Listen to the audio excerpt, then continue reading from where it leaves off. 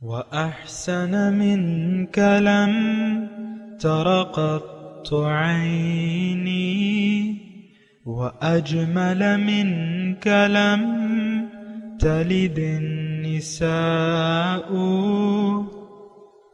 خلقت مبرأ من كل عيب خلقت مبرأ من كل عيب كأنك قد خلقت كما تشاء كتاب أنزلناه إليك مبارك ليدبروا آياته وليتذكر أولو الألباب. یہ کتاب برکت والی ہے جسے ہم نے آپ کی طرف نازل فرمایا ہے تاکہ دانش مند لوگ اس کی آیتوں میں غور و فکر کریں اور نصیحت حاصل کریں. اللہم صلی علی سیدنا محمد وعلی آل سیدنا محمد بعدد کل ذرۃ مئۃ الف الف مرۃ. سامعین و ناظرین کرام، السلام علیکم ورحمۃ اللہ وبرکاتہ. سامعین کرام، سورہ مریم آیت نمبر 34. آج کا سبق جو ہے اس کا ایک ہی موضوع ہے، وہ یہ ہے کہ کیا ہم اپنی دنیا کے بارے میں ہوشیار اور اپنی آخرت سے غافل ہیں؟ اس کے ساتھ ہی سامعین کرام آج کے سبق کا آغاز کرتے ہیں. سب سے پہلے گزشتہ سبق کی دہرائی ہوگی. فَأَشَارَتْ إِلَيْهِ قَالُوا كَيْفَ نُكَلِّمُ مَنْ كَانَ فِي الْمَهْدِ صَبِيًّا. تو مریم علیہ السلام نے اس بچے کی طرف اشارہ کیا. وہ کہنے لگے ہم اس سے کس طرح بات کریں جو ابھی گہوارے میں بچہ ہے. قال انی عبد اللہ آتانی الکتاب وجعلنی نبیا. بچہ خود بول پڑا، بے شک میں اللہ کا بندہ ہوں، اس نے مجھے کتاب عطا فرمائی ہے اور مجھے نبی بنایا ہے. وجعلنی مبارکا اینما کنت وأوصانی بالصلاة والزکاة ما دمت حیا. اور میں جہاں کہیں بھی رہوں اس نے مجھے سراپا برکت بنایا ہے، اور میں جب تک بھی زندہ ہوں اس نے مجھے نماز اور زکوٰۃ کا حکم فرمایا ہے. وبرا بوالدتی ولم يجعلنی جبارا شقیا. اور اپنی والدہ کے ساتھ نیک سلوک کرنے والا بنایا ہے، اور اس نے مجھے سرکش و بدبخت نہیں بنایا. والسلام علی یوم ولدت ویوم اموت ویوم ابعث حیا. اور مجھ پر سلام ہو میرے میلاد کے دن اور میری وفات کے دن اور جس دن میں زندہ اٹھایا جاؤں گا. سامعین کرام، سورہ مریم آیت نمبر 34. ذالک عیسی ابن مریم، یہ عیسیٰ ابن مریم ہیں. قول الحق، سچی بات ہے. الذی فیہ یمترون، جس میں یہ شک کرتے ہیں. ما کان للہ، مناسب نہیں ہے اللہ کے لیے کہ وہ کسی کو بیٹا بنا لے، پاک ہے وہ. اذا قضا امرا، کسی بھی کام کے لیے جب اس کا کوئی فیصلہ ہو جاتا ہے، فانما یقول لہ کن فیکون، پس وہ اس کے لیے کہتے ہیں کہ ہو جا تو ہو جاتی ہے. سامعین کرام، سورہ مریم عیسیٰ علیہ السلام کی حقیقت، جس کے بارے میں دو گروہ جو ہیں وہ اختلاف کا شکار ہو گئے. ایک نے ان کو الزام لگا دیا یہود، دوسرے نے اس کو اپنی حد سے بڑھا دیا عیسائی. تو اسی غلط فہمی کے ازالے کے لیے اللہ تعالیٰ نے یہ صورت نازل کی، اور آپ کو میں نے بتایا تھا کہ یہ صورت نجاشی کے دربار میں جب پڑھی گئی تو نجاشی رو رہا تھا اور کہہ رہا، اس نے کہا کہ عیسیٰ ابن مریم اس سے ایک تنکے کے برابر ان کی حیثیت زیادہ نہیں ہے، یہی ہیں کہ عبداللہ و رسولہ، اللہ کے بندے اور اس کے رسول ہیں۔ یہ جو آیت ہم نے 2 پڑھی، یہ تو آپ نے ترجمہ سن لیا۔ اگلی وَإِنَّ اللَّهَ رَبِّي وَرَبُّكُمْ فَاعْبُدُوهُ، اللہ تعالیٰ ہی میرا رب اور تمہارا رب ہے، فَاعْبُدُوهُ، اسی کی بندگی کرو، ھذا صراط مستقیم، یہ سیدھا راستہ ہے۔ یہ جملہ ہے، یہ جملہ جو ہے سامعین اکرام عیسیٰ علیہ السلام کی عیسیٰ علیہ السلام کا ہے۔ یہ بیچ میں جو ہے 2 آیات جو ہیں یہ جملہ معترضہ ہیں، اور پھر وہ سلسلہ شروع ہو جاتا ہے۔ ان اللہ ربی، یہ عیسیٰ علیہ السلام کے الفاظ ہیں، بے شک اللہ میرا رب ہے اور تمہارا بھی ہے، فاعبدوہ، اسی کی بندگی کرو، ھذا صراط مستقیم، یہ سیدھا راستہ ہے۔ فاختلف الاحزاب، پس اختلاف کیا مختلف گروہوں نے، من بینہم، ان میں، فویل للذین کفروا، پس ہلاکت ہے، تباہی ہے کافروں کے لیے، من مشہد یوم عظیم، اس بڑے دن کی حاضری سے، یعنی وہ جب بڑے دن حاضر ہوں گے میرے پاس تو اس دن ان کے لیے ہلاکت ہے۔ اسمع بہم و ابصر، بہت سننے والے ہوں گے اس دن، بہت دیکھنے والے ہوں گے، یعنی حقیقت کے۔ یوم یأتوننا، جس دن وہ ہمارے پاس آئیں گے، لیکن الظالمون فی ضلال مبین، لیکن ظالم الیوم، آج، فی ضلال مبین، واضح گمراہی میں ہیں۔ وانذرہم یوم الحسرہ، اور ڈرائیں انہیں آپ اس حسرت والے دن سے، اس قضی الامر، جب کام کا فیصلہ ہو جائے، وہم فی غفلۃ وہم لا یؤمنون، اور وہ غفلت میں ہیں اور وہ ایمان نہیں لاتے۔ یوم الحسرہ، انذرہم یوم الحسرہ، حسرت کا دن۔ سامعین اکرام، اگر کوئی انسان سوچنے اور سمجھنے والا ہے تو وہ اگر کوئی عقل اور فکر سے کام لے تو اس کے بھٹکنے کی راہیں جو ہیں مسدود ہو جاتی ہیں، یعنی ٹیڑھے راستوں پر پھر وہ نہیں چلتا۔ انسان دیکھیں، ایک بنیادی بات یہ ہے کہ ہم انسان ہیں، اللہ تعالیٰ کی مخلوق ہیں، ہمیں دیکھنا چاہیے، سوچنا چاہیے کہ اللہ تعالیٰ نے ہمیں کیوں پیدا کیا ہے، کیا مقصد زندگی ہے۔ اس کے بعد اس مقصد حیات کو معلوم کر کے جو کہ اللہ تعالیٰ کی ذات ہے، مقصود کیا ہے؟ اللہ تعالیٰ کی ذات ہے، تو سیدھے راستے پر چل پڑنا چاہیے۔ سیدھا راستہ کیا ہے؟ یہ اس کا راستہ ہے۔ ابھی ہم نے پڑھا نا کہ ھذا صراط مستقیم، اللہ تعالیٰ کی بندگی ہی سیدھا راستہ ہے۔ وَإِنَّ اللَّهَ رَبِّي وَرَبُّكُمْ فَاعْبُدُوهُ، اسی کی بندگی کرو، وہی میرا بھی رب ہے، تمہارا بھی رب ہے، یعنی وہی مقصود ہے، وہی محبوب ہے، وہی مطلوب ہے، اور یہ سیدھا راستہ ہے۔ بندگی جو ہے، یعنی انسان کو، یہ ایک جملہ نوٹ کر لیں سامعین کرام، کہ اللہ تعالیٰ کی بندگی اللہ تعالیٰ تک انسان کو پہنچا دیتی ہے۔ بندگی کے علاوہ باقی راستے جو ہیں وہ ٹیڑھے ہیں، سیدھا راستہ جو ہے وہ یہی ہے، بندگی رب۔ اور بندگی رب کے بارے میں نے آپ کو بتا دیا ہے کہ بندگی کیا ہے، صبح سے لے کر شام تک اور شام سے لے کر صبح تک اللہ تعالیٰ کی مرضی کے مطابق زندگی گزارنے کو بندگی کہتے ہیں۔ اور یہ کچھ کرنا، کچھ ماننا، کچھ نہ ماننا، یہ بندگی نہیں ہے، یہ فساد ہے۔ تو یہ آیت جو ہم نے پڑھی ہے، وَأَنذِرْهُمْ يَوْمَ الْحَسْرَةِ، ان کو آپ ڈرائیں اس حسرت والے دن سے۔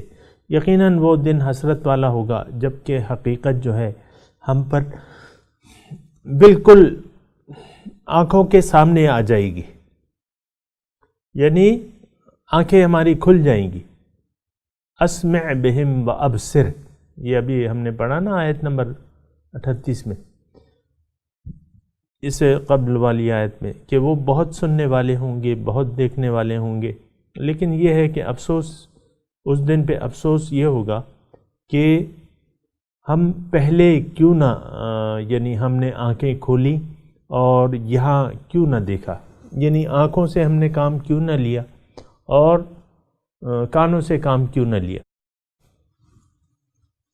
تو سامعین کرام، یہ ایک نقطہ ہے، اگر آپ اس پہ غور کریں کہ سننا یعنی سننا اور دیکھنا، اور یعنی اگر آپ یہاں حق کو نہیں دیکھ پا رہے اور حق کو آپ سننے کے لیے تیار نہیں ہیں، عموماً ایسا ہی ہوتا ہے سامعین کرام کہ ہم انسان جو ہیں یعنی ظاہر پہ دھوکہ کھا جاتے ہیں، اور پھر ہماری باطن کی طرف سے ہم اپنے کان جو ہے وہ بند کر لیتے ہیں، اس میں یعنی اس کو حقیقت کو سننے کے لیے کوئی تیار نہیں ہے. عام طور پہ اگر آپ یہ مشاہدہ کریں اور کر لیں تو بہتر ہے کہ حقیقت کو سننے کے لیے کوئی انسان تیار نہیں ہے، یعنی رب کو مقصود بنانے کے لیے کوئی تیار نہیں ہے، اللہ تعالیٰ کو محبوب بنانے کے لیے کوئی تیار نہیں ہے، اور یہ دنیا کی محبتیں چھوڑنے کے لیے کوئی تیار نہیں، جو کہ ہماری نظروں میں عارضی طور پہ مزین تو ہیں، لیکن یہ ہے کہ اس کی حقیقت بھی تو سوچنی چاہیے نا. اگر دیکھیں، اگر وہ کہتے ہیں نا کہ چھری اگر سونے کی بھی ہو تو وہ پیٹ میں گھونپنے کے لیے نہیں ہوتی ہے. تو اگر یہ چیزیں بہت بھی ہمیں خوبصورت نظر آ رہی ہیں، یہ ظاہر دنیا اور ما فیہا، تو اس کا یہ مطلب نہیں ہے کہ اس کے عوض ہم آخرت کو بھول جائیں اور اس کو قربان کر دیں. اور ہو تو یہی رہا ہے نا سامعین کرام کہ یعنی آخرت کے عوض ہم نے دنیا کو قبول کر لیا ہے اور آخرت سے صرف نظر کیے ہوئے دیکھیں گے، بھئی دیکھا جائے گا، ایک عام لفظ ہے سامعین کرام، اور اگر کوئی یہ زبان سے کہتا بھی نہیں ہے سامعین کرام تو ہم کچھ اس طریقے سے ظاہرداری میں مصروف ہیں، اور ظاہرداری کی طرف ہماری توجہ اتنی زیادہ فوکس ہے کہ اس سے یوں لگتا ہے کہ آخرت کے بارے میں ہم یہ کہہ رہے ہیں کہ دیکھا جائے گا، آخرت سے دیکھا جائے گا، جب آئے گی، جب پڑے گی پھر دیکھیں گے. لیکن افسوس یہ ہے کہ اس دن، وہ دن جو ہے وہ یوم الحسرت ہوگا، یعنی آپ پھر افسوس کریں گے، حسرت کریں گے. جیسے کہ آپ جا رہے ہیں لمبے سفر پہ، ایک ہی ٹرین جاتی ہے وہاں، اور آپ ریلوے اسٹیشن پہ کھڑے ہوئے اور آپ صرف 5 منٹ لیٹ ہو گئے. اب ظاہر ہے کہ وہ ٹرین تو تیز رفتار ٹرین ہے، اس خاص وقت پہ آپ 5 منٹ لیٹ ہو گئے. اب یہ ہے کہ سوائے ہاتھ ملنے کے تو کچھ بھی نہیں ہوگا. یعنی آپ پوری فیملی کے ساتھ کھڑے ہوئے، تھوڑا سا تصور کریں، جہاں ٹرین جاتی ہے وہاں یعنی آپ 5 منٹ لیٹ آ جاتے ہیں تو پھر آپ ہاتھ ملنے کے علاوہ تو کچھ نہیں کر سکتے. اور یہ مثال اتنی زیادہ صحیح نہیں ہے، میں ایک اور مثال کے ذریعے آپ کو یہ صورتحال بتاتا ہوں کہ آخر دیکھیں ہماری منزل کیا ہے، اعلیٰ ترین منزل ہے، اور وہ کیا ہے، وہ قرب خداوندی ہے، اللہ تعالیٰ کا قرب ہے، اور اللہ تعالیٰ کی ملاقات، اس کا دیدار. یعنی اس کے لیے تو یہی ہماری منزل ہے سامعین کرام، اور اسی کے لیے ہم آئے ہیں. انا للہ و انا الیہ راجعون.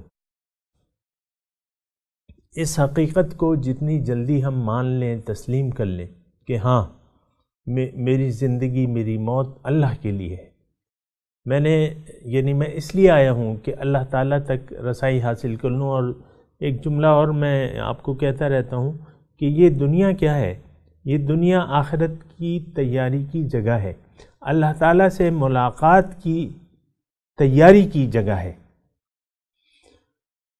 یعنی اللہ تعالیٰ ہمیں بلند ترین، یعنی اس کا آپ پھر تصور نہیں کر سکتے کہ اللہ تعالیٰ کہاں ہمیں پہنچانا چاہتا ہے، یا وہ کیسا مقام ہے. اس کی بلندی اور عظمت اور اس کے کمالات کا ہم ادراک نہیں کر سکتے ظاہری قوتوں سے، یہ بالکل یقینی بات ہے سامنے کرام۔ اب اتنی بلند ترین منازل ہم کیسے حاصل کریں گے؟ اس کے لیے اللہ تعالیٰ نے ہمارے لیے یہ کائنات پیدا کی ہے۔ دیکھیں آسان الفاظ میں بات کر رہا ہوں آپ کو تاکہ آپ کسی اشکال کا شکار نہ ہوں۔ یہ کائنات اللہ تعالیٰ نے ہمارے لیے پیدا کی ہے، اس پہ آپ جتنا بھی سوچیں، آپ چیلنج کر سکتے ہیں لیکن آپ نہیں کر سکتے کہ اللہ تعالیٰ نے یہ کائنات انسان کے لیے پیدا کی ہے۔ تو یہ وسیع اور عزیز کائنات اللہ تعالیٰ نے ہمیں پیدا کی ہے، اس کا مقصد صرف یہ ہے کہ یہ دنیا کی زندگی انسان کو ان اعلیٰ مقامات تک پہنچا دے گی۔ یہ ایک ذریعہ ہے، دنیا میں ہمارا آنا جو ہے سامعین کرام، یہ ایک ذریعہ ہے ان بلند ترین مناصب تک پہنچنے کا۔ ظاہر ہے زندگی تو ایک سفر ہے نا سامعین کرام، زندگی ایک سفر ہے، موت سے لے کر قبر تک ایک سفر ہم تو کر رہے ہیں نا۔ جو پیدا ہوا ہے اس نے مرنا ہے، اس نے قبر میں جانا ہے۔ تو جبکہ حقیقت یہ ہے کہ انسان کی منزل جو ہے وہ اللہ تعالیٰ کی ذات ہے، اور انسان یہ سفر جو ہے، یعنی اس کی دنیا میں انسان کی منزل جو ہے وہ اللہ ہے، اور ان ربی علی صراط مستقیم، اللہ تعالیٰ تک ایک راستہ گیا ہے، صرف ایک راستہ، دو راستے نہیں ہیں سامنے کرام، اور وہ راستہ ہے سیدھا۔ اور اسی راستے کی پھر ہم دعا مانگتے ہیں اللہ تعالیٰ سے کہ اہدنا صراط المستقیم، اے اللہ تعالیٰ تو ہمیں اپنا سیدھا راستہ بتا دے۔ وَيَهْدِيهِمْ إِلَيْهِ صِرَاطًا مُسْتَقِيمًا، سورہ نساء کی آخری آیات ہیں۔ جو ایمان لائے عمل صالح کیا، اللہ تعالیٰ ان کو اپنا سیدھا راستہ بتا دے گا، اپنا سیدھا راستہ بتا دے گا۔ تو یہ سامعین کرام، یہ دنیا کیا ہے؟ یہ اللہ تعالیٰ سے ملاقات اور تیاری کی جگہ ہے۔ ملاقات کے لیے ہمیں یہاں تیار ہونا ہے۔ یہاں حق کو، اب اللہ تعالیٰ نے حق یہاں بھجوا دیا ہے۔ وَقُلِ الْحَقُّ مِن رَبِّكُمْ، حق آ گیا ہے۔ جب حق آ گیا ہے تو اب ہم نے حق کو سننا ہے، اور حق والوں کو، اہل حق کو دیکھنا ہے۔ اور سب سے بڑے ہمارے اہل حق کون ہیں؟ حضور صلی اللہ علیہ وسلم کی ذات مبارکہ ہے۔ تو حضور صلی اللہ علیہ وسلم کو پہچاننا ہے کہ یہ کون ہے، کیا دعوت ہے ان کی، کس طرف ہمیں بلا رہے ہیں، کیا طریقہ بتا رہے، اور وہ حق کی آواز کیا ہے؟ وہ وہی ہے، یہ حق کی آواز ہے۔ قَدْ جَاءَكُمُ الْحَقُّ مِن رَبِّكُمْ فَمَنْ أَبْصَرَ فَلِنَفْسِهِ وَمَنْ عَمِيَ فَعَلَيْهَا أَوْ كَمَا قَالَ، یقیناً آ گیا تمہارے رب کی طرف سے تمہیں حق، اور اب جس نے اپنی آنکھیں کھول لیں، ابصرا، اس حق کو دیکھ لیا، پہچان لیا، تو اس کا فائدہ اسے ہی ہوگا۔ اور سامعین اکرام یہ بات نوٹ کر لیں کہ حق سے اعراض، اس کا برا نتیجہ ہمیں ہی بھگتنا پڑے گا۔ ہر انسان کو خود بذات خود وہ برے نتائج کا سامنا کرنا پڑے گا، کسی نے بھی اگر حق سے منہ موڑ لیا۔ یعنی حق کو قبول کر لینا، یہ بات نوٹ کر لیں کہ حق کو قبول کر لینا اور حق کے راستے پر چل پڑنا، یہ ہمارے اپنے فائدے میں ہے، کسی کے فائدے میں نہیں ہے۔ یعنی کسی اور کو اس کا براہ راست فائدہ نہیں پہنچے گا۔ اگر آپ نے حق کو قبول کر لیا اور حق کے راستے پر چل پڑے، یعنی صراط مستقیم پر چل پڑے، تو اس کا فائدہ جو ہے وہ آپ کی ذات کو پہنچے گا۔ اور اگر آپ نے اس سے روگردانی کر لی تو پھر اس کا خمیازہ آپ ہی کو بھگتنا پڑے گا۔ یہ بات نوٹ کر لیں، حق کو قبول کر لینا آپ کا کسی پہ احسان نہیں ہے، صرف اپنے ذات پہ احسان ہے کہ آپ اپنے آپ کو آگ سے بچا لیا۔ اور یہ اللہ تعالیٰ کا حکم ہے کہ قُوا أَنفُسَكُمْ وَأَهْلِيكُمْ نَارًا، اپنے آپ کو اور اپنے گھر والوں کو آگ سے بچا لو۔ یہ بات نوٹ کر لیں سامعین کرام۔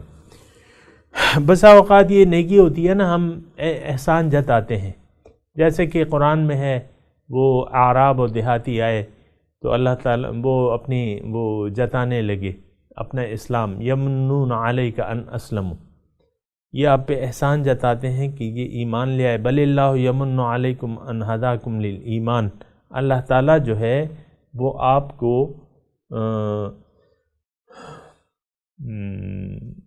یہ اللہ کا احسان ہے۔ اللہ تعالیٰ نے قرآن میں فرمایا بل اللہ یمن علیکم، یہ اللہ کا احسان ہے کہ اس نے تمہیں ہدایت کی توفیق دی ہے۔ تو سامعین کرام، ایک جو یہ خناس شیطان کی طرف سے ہوتا ہے کہ اس نے اپنے آپ کو کچھ سمجھا اور پھر اطاعت سے انکار کر دیا اور تکبر کیا۔ ایسا ہی تکبر ہم بھی کر رہے ہیں سامعین کرام۔ یہ میں نے آپ کو بتایا ہوا ہے کہ ہم لوگ اس ایک عمومی تکبر میں مبتلا ہیں، اور وہ تکبر کیا ہے کہ اللہ تعالیٰ کے احکامات پر اپنی رائے کو اہمیت دیتے ہیں۔ دیکھیں آج ہم میں سے ہر شخص تقریباً اپنی مرضی زندگی جی رہا ہے، تو یہ بات تو غلط ہے نا۔ انسان یہ ایک بات طے ہے سامنے کرام قرآن پاک سے روح سے کہ اگر کسی نے بھی اپنی مرضی سے زندگی گزاری تو وہ تباہ ہو جائے گا، وہ برباد ہو جائے گا۔ اور یہ قرآن کی آیت بھی میں آپ کو ساتھ سنا دیتا ہوں، وَمَنْ أَضَلُّ مِمَّنِ اتَّبَعَ هَوَاهُ بِغَيْرِ هُدًى مِّنَ اللَّهِ، کون ہے زیادہ گمراہ اس شخص سے جو اپنی خواہشات کی پیروی کر رہا ہے بغیر اللہ تعالیٰ کی ہدایت کے۔ وَأَنذِرْهُمْ يَوْمَ الْحَسْرَةِ، ان کو آپ ڈرائیے یوم الحسرت سے، یوم الحسرت سے آپ ان کو ڈرائیے، اور وہ حسرت والا دن ہوگا کہ اس میں نیکوکار بھی حسرت کریں گے اور بدکار بھی حسرت کریں گے۔ بدکار کی تو حسرت واضح ہے سامعین کرام کہ وہ تو دوزخ میں پڑنے والے ہوں گے اور اپنے انجام کو سامنے دیکھ رہے ہوں گے، اور ان کی حسرت یعنی اور حسرت بھی کریں گے، ربنا فرجعنا نعمل غیر الذی کننا نعمل او کما قال، کہ اے اللہ تعالیٰ ہمیں واپس بھجوا دے کہ ہم وہ عمل کریں جو ہم نے نہیں کیا۔ تو بہرحال یہ حسرت ایک تو ان کی حسرت ہوگی، اور وَيَوْمَ يَعَدُّ الظَّالِمُ عَلَى يَدَيْهِ يَقُولُ يَا لَيْتَنِي اتَّخَذْتُ مَعَ الرَّسُولِ سَبِيلًا، ظالم جو ہے، اللہ تعالیٰ فرما رہے ظالم جو ہے وہ اپنی انگلیاں کاٹ کاٹ کھائے گا، یعد الظالم، چبا چبا کے، یعنی حسرت کے مارے کہے گا کہ کاش میں نے رسول کا راستہ اپنا لیا ہوتا، یا لیتنی اتخذت مع الرسول سبیلا، کاش کہ میں نے رسول کی پیروی کی ہوتی، رسول کے پیچھے چلتا، رسول کا اتباع کرتا۔ یا ویلتا لیتنی لم اتخذ فلانا خلیلا، ایک دوسری حسرت کرے گا وہ کہ کاش کہ میں نے فلاں کو اپنا دوست نہ بنایا ہوتا۔ لم اتخذ فلانا خلیل لقد اضلنی عن الذکر بعد اذ جاءنی، یقیناً اس نے مجھے تو گمراہ کر دیا کہ بعد اس کے کہ حق میرے پاس آ گیا تھا۔ تو اس میں نقطہ یہ ہے سامعین کرام کہ برے ساتھی سے بچنا چاہیے، بروں کی صحبت جو ہے ہمیں برا بنا دے گی، اور اللہ تعالیٰ نے فرمایا کہ اے ایمان والو اللہ کا تقوی اختیار کرو اور سچوں کا ساتھ دو، سچوں کے ساتھ ہو جاؤ، کونوا مع الصادقین، سچوں کا ساتھ دو، سچوں کے ساتھ اٹھو بیٹھو۔ تو ایک بات یہ ضمناً نوٹ کر لیں کہ بروں کی صحبت جو ہے ہمیں برے بنا دے گی۔ اب برے کون لوگ ہیں؟ ایک بات تو میں آپ کو ہر چیز کو اصل میں تفصیل میں بیان کرنا ہوتا ہے نا، ورنہ پھر سمجھ میں نہیں آتی۔ برے ہماری نظر میں وہ لوگ ہیں، شرابی ہیں، چور ہیں، ڈاکو ہیں، نشئی ہیں، اور ادھر ادھر کے کام کرتے ہیں۔ مثال کے طور پہ ہم ان کو برا کرتے ہیں، کہتے ہیں، یقیناً یہ بھی برے ہیں، لیکن حقیقت میں برا میں آپ کو بتاؤں کہ کون ہے؟ وہ شخص جس نے اپنے آپ کو نہیں پہچانا، وہ شخص برا ہے، برا ساتھی ہے۔ جو اللہ تعالیٰ کی یاد سے اس کا دل غافل ہے، جس کا دل اللہ کی یاد سے غافل ہے، جس نے اپنے خالق کو نہیں پہچانا، جس نے اپنے رب کو نہیں پہچانا، وہ برا ساتھی ہے، وہ شیطان کا ساتھی ہے۔ سامعین کرام، تو یہ ساری باتیں جو ہیں میں آپ کو بتا رہا ہوں قرآن پاک سے۔ ہر آیت، میرے تقریباً ہر جملے کے پیچھے ایک آیت ہوتی ہے یا اس کا ایک ترجمانی کر رہا ہوتا ہوں، یہ بات ذرا نوٹ کر لیں، اور کرنا بھی چاہیے، کیونکہ اپنی خواہش سے کوئی بات کہنا مناسب نہیں ہے۔ تو حسرت کی میں بات کر رہا تھا کہ مجرم جو حسرت کریں گے وہ تو ہوگی، وہ تو کریں گے، لیکن نیکوکار بھی کریں گے، نیکوکار بھی کریں گے۔ مثال کے طور پہ حدیث کا مفہوم ہے کہ جنتی جو ہیں اللہ تعالیٰ جنت میں ان کو پہنچا دے گا اور ساری نعمتیں دے کے ان سے پوچھے گا کہ بھئی مانگو اور کیا مانگتے ہو، تو وہ کہیں گے کہ اللہ تعالیٰ آپ نے تو سب کچھ ہمیں دے دیا ہے، اب ہم اور کیا آپ سے مانگیں۔ تو پھر دوبارہ کہا جائے گا اللہ تعالیٰ کی طرف سے، تو وہ پھر آخر کار کہیں گے اے اللہ تعالیٰ اگر آپ نے ہماری کوئی خواہش یا وہ قبول کرنی ہے تو آپ ہمیں دوبارہ دنیا میں بھجوا دیں تاکہ ہم اور بھی اچھے طریقے سے آپ کی بندگی کریں، تاکہ آپ راضی ہو جائیں۔